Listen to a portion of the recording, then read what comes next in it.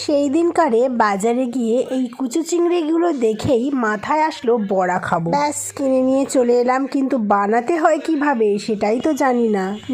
ইউটিউবের দৌলতে আমরা কিন্তু এখন সব রান্নাই চাইলেই বানাতে পারি। তাই ঝটফট টুক করে একটা ভিডিও দেখে সন্ধেবেলা বানাতে শুরু করেছি চিংড়ি মাছের বড়া। কি কি দিয়েছি বলো তো? এর মধ্যে মাছগুলো তো ভালো করে ধুয়ে জল ঝরিয়ে রেখেছি, তার মধ্যে কুচো পেঁয়াজ, ধনে পাতা কুচি, পেঁয়াজ কুচি, একটুখানি কাশ্মীর রেড চিলি পাউডার, সামান্য একটু হলুদ, বেসন চালের গুঁড়ো অবশ্যই দিতে হবে, দিয়ে ভালো করে হালকা হাতে মেখে এরকম বড়ার শেপে ভেজে নাও ডুবো তেলে বা হালকা তেলে। এই বড়াটা যখন আমরা টেস্ট করলাম না, তখন মনে হলো এটা কিন্তু একমাত্র শুধু মুখে তোমরা খেতে পারো, আর একটা জিনিসের সাথে ভীষণ ভালো লাগবে, সেটা হচ্ছে পাতলা মুসুর ডাল আর সাথে এরকম চিংড়ি মাছের বড়া। সবাই আজকে ফার্স্ট টাইম খেলাম, মোটামুটি লেগেছে, খুব ভালো লাগেনি। তোমাদের ভালো লাগলে লাইক করো।